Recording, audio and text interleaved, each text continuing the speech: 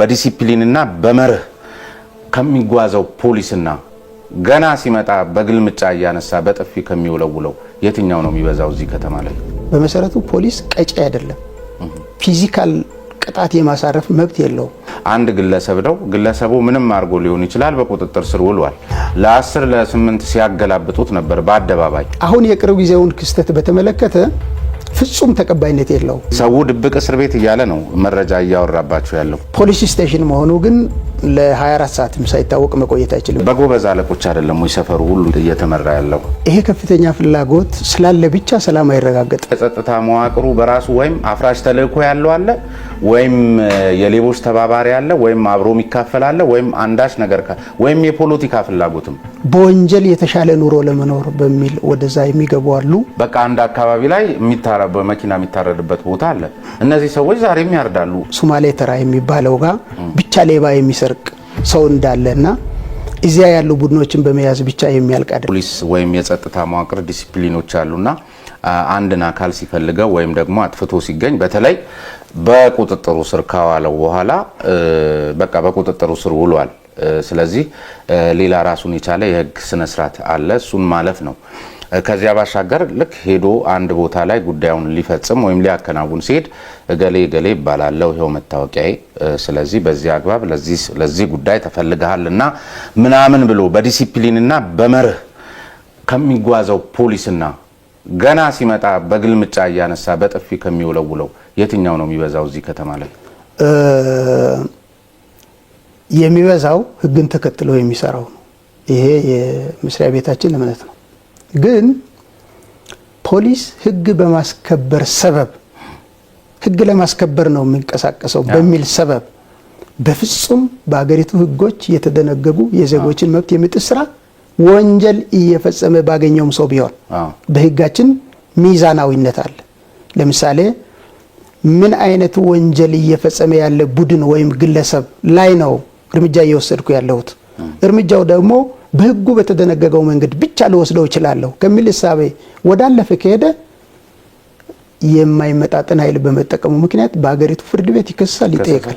ለምሳሌ ሰሞኑን አንድ እንትን መነጋገሪያ ያረጋችሁ የናንተን መዋቅር እንደዚሁ ጥርጣሬ ላይ የጣለ ህብረተሰቡ እምነት እንዳይኖረው ያደረገ አንድ ክስተት ተፈጽሞ ማአት ነገር ሲናፈስ ነበር። እንግዲህ ይሄ ለስማችሁም ስትሉ ለመርህም ለህገ መንግስቱም ስትሉ ልታደርጉት ይገባል። አንድ ግለሰብ ነው ግለሰቡ ምንም አርጎ ሊሆን ይችላል በቁጥጥር ስር ውሏል። ለ10 ለ8 ሲያገላብጡት ነበር በአደባባይ። ይሄ በዓለም አቀፍ ደረጃም ለከተማዋም ገጽታም የማይመጥን ድርጊትን ያከናወኑ አካላት አሁን ተጠያቂ ሆነዋል ወይስ ይሆናሉ? ምንድነው ይሄ? አሁን ቅርብ ጊዜ የተፈጠረው ሁላችንም ተመልክተናል። ግን እኔ ከአጠቃላዩ ነገር ሲነሳ ፖሊስ በመሰረቱ በማህበረሰብ ውስጥ የሚንቀሳቀሰው የማህበረሰብን ደህንነት ለመጠበቅ ነው። በማህበረሰብ ውስጥ ዜጎች ጥፋት የሚፈጽሙ ሰዎች በሚያጋጥሙበት ጊዜ ህግና ህግን ተከትሎ ብቻ ነው ተጠያቂ ማድረግ ያለበት። ይሄ ጉድለት አለ። አሁን የቅርብ ጊዜውን ክስተት በተመለከተ ፍጹም ተቀባይነት የለው። ፖሊሱ የሚሰማራው እኮ ለዜጎች ነው። የዜጎችን ሞራልና ክብር የሚነካ ሰው ጥፋት ፈጽሞ እንኳን ቢገኝ ጥፋተኛውን መልሶ ዜጎች እንዲያግዙ የሚያደርግ አይነት በጣም የወረደ ከፖሊስ ስነም ጋር የወረደ የአያያዝ ስርዓት በፖሊስ አሰራር አይፈቀድም።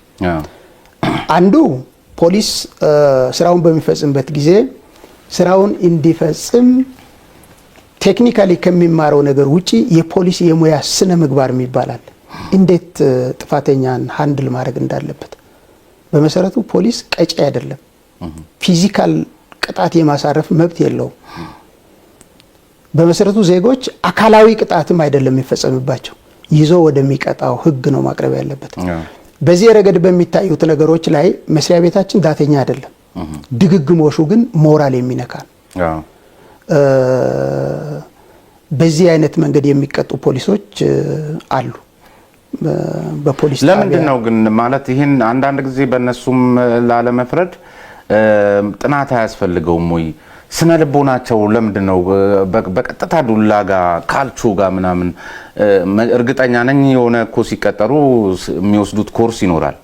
ምናልባት አኗኗራቸው ይሁን ምንድነው? ይሄን አጥንታችሁ አንድ ነገር የማድረግ በተለይ ቢሮ እንደዚህ አይነት ነገሮችን የማጥናት የመስራትና ፖሊስ ስርዓትን ሊያስከብር የተሰማራ ፖሊስ ሲጀመር እንደ ሰው ሊንቀሳቀስ የሚገባ መሆኑን በሚያረጋግጥ አግባብ ለማነጽ እኔ አሁን እንደሱ አይነት ነገሮች ላይ አንዳንዴ ሌላ ችግር ሌላ የጀርባ ጉዳይ ከሌለ በስተቀር እንዴት ሰው ሆኖ ሰው ላይ እንደዚህ ይኮናል? አታጠኑ? እንግዲህ ምንድነው ፖሊስ ሁሉ ጊዜ ሪክሩት የሚደረገው ከማህበረሰቡ መካከል ያው የኢትዮጵያ ፖሊስ ከኢትዮጵያ ሕዝብ ውስጥ ነው የሚወጣው። ልክ ቅድም በድርጊት ወዳልተገባ ድርጊት የሚገቡ የፖሊስ አባላት ጉዳይ እንዳነሳሁት የግል ባህሪ አሁን ለምሳሌ የፖሊስ ስልጠና ከምልመላ ጀምሮ ሚኒማም የሚባለው ሪኳየርመንት ማሟላቱ ጥንቃቄ ይደረጋል። ካደገበት አካባቢ ከወንጀል ጋር ያለው አንዱ መመዘኛ ነው። ማን ነው ይሄ ሰው የሚለው ማረጋገጫ ወስዶ ነው የሚመጣው። ግን ደግሞ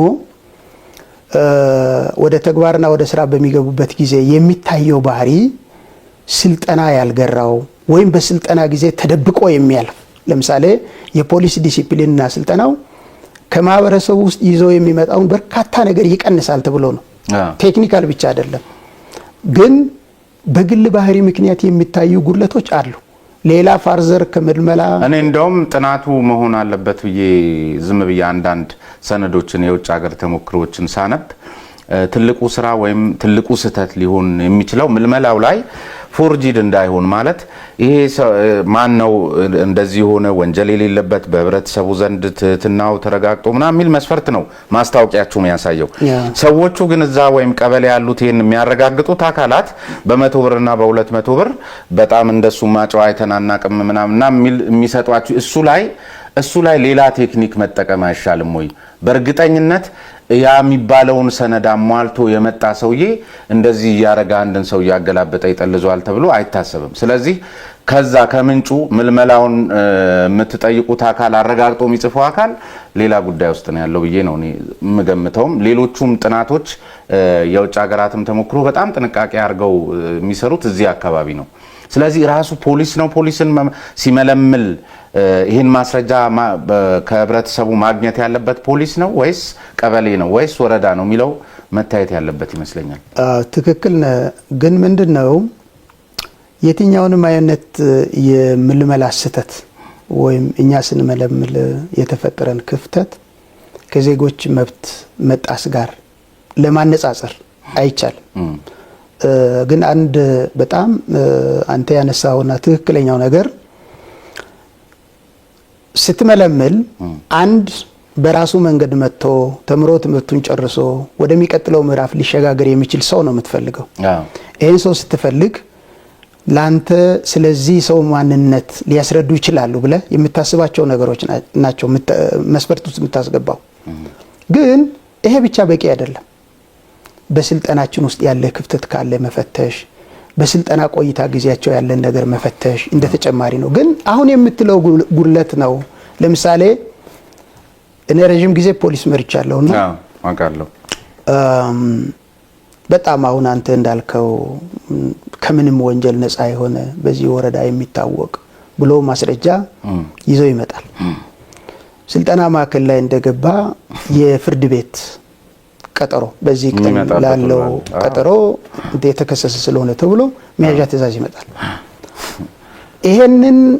ይሄን ማስረጃ የሰጠው አካል ጉድለት ነው። አሁን የኛ ፖሊስ ወደ ስራ ከተሰማራ በኋላ ለሚታየው ጥፋት ብለን ማካካሻ ልናረግ አንችልም። አንድ ፋክተር ነው። ይሄን ፋክተር በምን መንገድ ነው መቀየር ያለብን የሚል እንድትሰራ ግን ያነሳሳል። ግን የዜጎች መብት ሲደፈር ሰው ሆነ ክብሩ ሲነካ ይሄን ደግሞ ከተቋሙ ዓላማ ውጭ በሆነ ምክንያት ግለሰብ ሲያደርገው ስታይ በጣም ያማል። ትክክል አይደለም። ተቋሙ ይሄን ሰው የሚያሰማራው ጥፋት የፈጸመ ሰው ካለ በህጉ መሰረት ይዞ እንዲመጣ ነው። ግን የተቋሙን ልፋት ድካም ሰላም ለመጠበቅ የሚከፍለውን ዋጋ ይዞት ይሄዳል። በሌላ መልኩ ግን የተሰጣቸውን ኃላፊነትና ተልእኮ ሊመጥን የሚችልስ እንደው ሊያኖራቸው የሚችል የዚህ የበጀቱ የደሞዙስ ጉዳይ በራሱ እሱም እንደ አንድ እንትን ታይቶ የሆነ ነገር ማድረግ የሚቻልበት እድል የለም። እስከዛሬ ሁሌ ዝም ሆነ። ትክክል ነው። በብዙ መንገድ ይነሳል። ለምሳሌ አሁን ማህበረሰብ አቀፍ የፖሊስ አገልግሎት ለማሳለጥ ማህበረሰብና ፖሊስ አብሮ በሚሰሩባቸው የሰርቪስ ሴንተሮች ላይ በጣም የተሻለ ተጠጋግተው ከህብረተሰቡ ጋር ስራ የሚሰሩ ፖሊሶች በሚኖሩበት ጊዜ ህዝቡም ይጠይቃል። እንዴት ነው የምታኖሯቸው? ይበቃቸዋል ወይ ለኑሯቸው የሚል ያነሳል። እንደማይበቃቸውም ደግሞ ታውቃላችሁ እናንተ። ምክንያቱም አሁን ለምሳሌ 1-2 ብር በሚሰጠው ፖሊስ ስንት ብር ቤት ተከራይቶ ነው ስንት ልጆች? ስለዚህ በቃ እንዴት ይሆናል ነው እናውቃለን። ምንድነው አሁን ይሄንን ፖሊሱ ወደ ችግር እንዲገባ ምክንያት ከሚሆኑ ነገሮች አንዱ እሱ ነው ብለን ብንወስድ እንኳን ትክክል አይሆንም። ግን አንዱ ነው፣ አንድ ፋክተር ነው። ደና ነው። ይሄ ማለት ምን ማለት ነው? ለመኖር የቸገረው ኑሮ ፈተና ውስጥ የከተተው ሰው ሁሉ ወደ ጥሰት ሊገባ ምክንያት ነው ተብሎ አይወሰድም። አንድ ግን አሳማኝ ምክንያት እኛ ሀገር ውስጥ በተለያየ የሥራ ዘርፍ የሚገቡ ሰዎች ሁሉ ኃላፊነት አለባቸው። ለምሳሌ እናንተ ኃላፊነት አለባችሁ። መንግስት ግን ለእናንተ የሚከፍላችሁ መክፈል ይችላል ብሎ የሚያስበው ነው የሚከፍላችሁ። አገራዊ ጉዳይ ነው ማለት ነው። ኢትዮጵያ ውስጥ ያሉ ፖሊሶች፣ ኢትዮጵያ ውስጥ ያሉ ህግ በማስከበር ስራ ላይ የተሰማሩ ተቋማት ሁሉ የሚከፈላቸው ደሞዝ በጣም የነሱ ኑሮ የሚደግፍ ነው ተብሎ አይደለም። ግን ደግሞ ለሌሎች ለመኖር ለምሳሌ አሁን ዜጎች በሙሉ ወደ ቤታቸው በሚገቡበት ጊዜ የሚጠብቀኝ ፖሊስ አለ ብለው ነው። ይሄ ፖሊስ መስዋዕትነትም እኮ ይከፍላል። ይሄ ከደሞዝ ተሰጠው ኃላፊነትና እንደሚወስድ ሪስክ ነው መታየት ያለበት። ይሄ ከደሞዝ በላይ ነው። ከደሞዝ በላይ ነው። ከሚያገኘው ደሞዝ በላይ ነው ራሱን መስጠት። እንደ አንድ የህዝብ አገልጋይ ግን አገሪቱ የነዚህን የፖሊስ አባላትን ኑሮ ለማሻሻል በየጊዜው የምትወስደው እርምጃ አለ። ቀለብ ገንዘብ ለማሻሻል አንዳንድ ጊዜ በከተማ ውስጥ ከክራይ ነፃ ሆነው ተሰባስበው የሚኖሩበትን ካምፖች የመገንባት እንዲም ሆኖ ግን በቂና ያለቀ አይደለም። ለምሳሌ አሁን መከላከያ ብዙ ቦታ ላይ ከተማ ላይ የሚኖሩ ሰዎች ይገነባል። ካምፕ ውስጥ የመኖር ግዴታ ስለምንድን ነው እንዴ? እንደ ሰው ቤተሰብ የመመስረት አይደለም ፍላጎታቸው አይደለም። እንደዛ ሲኖር ካምፕ እያልኩ ያለሁት እሱን ከነ ቤተሰቡ የሚያኖር ማለት ነው። ያላገባ ከሆነ ደግሞ እስከሚያገባ ድረስ ተሰብስበው ከተመሳሳይ ኩያዎቹ ጋር እየኖረ አገልግሎት ይሰጣል። ይሄ ማለት ለመኖሪያ ቤት በሚከፍለው ነገር አያስብም ማለት ነው። በተለየ ለምን አይታይም ማለት በቃ የብዙዎቻችን ፍላጎት ሰላምና ደህንነታችን ነው፣ ጸጥታችን ነው እና ሰላማችንን ደህንነታችንን የሚያረጋግጥ የጸጥታ መዋቅር እንፈልጋለን። ስለዚህ የፖሊስ ጉዳይ የጸጥታ መዋቅሩ ጉዳይ ከሀገር ስታንዳርድ በላይ ለምንድን ነው ማለት? አሁን እኮ መሰረታዊ ችግራችን የሀገሪቷ መሰረታዊ ችግር በተለይ ባለፉት 3 ዓመታት በለውጥ ጊዜም ከሚገጥሙ ችግሮች ሁሉ የላቀውን ቦታ እየወሰደ ያለው ከኑሮ ውድነቱም በላይ የዚህ የሰላምና የደህንነት ጉዳይ ነው። ስለዚህ ለሰላምና ለደህንነት ጉዳይ የተለየ ነገር ቢደረግ በእርግጠኝነት የትኛው ዜጋ ነው ቅር የሚለው? እንደሱ ቢሆን ሐሳቡን ነው እንግዲህ በአንዴ ይቻላል አላልኩም፣ ግን በቃ የተለየ ቦታ ሊሰጣቸው አይገባ? አሁን በዚህ ብዙ የሐሳብ ልዩነት የለንም። ሊደረግ የሚገባው ነገር መደረግ አለበት። የጸጥታ ተቋም ውስጥ ያሉ አባላት ለሚከፍሉት ይሄ ጉዳይ በየጊዜው በተለያዩ አይነት መንገዶች እየተጠናም ይቀርባል። በዛ ደረጃ መጠነኛ ማስተካከያ ለማድረግ ኢቭን የአዲስ አበባ ከተማ ከአዲስ አበባ ከተማ ባህሪም ያደረገው ጥረት አለ። በሌላው የአገሪቱ ፖሊስ ውስጥ ያልታየ ማለት ነው።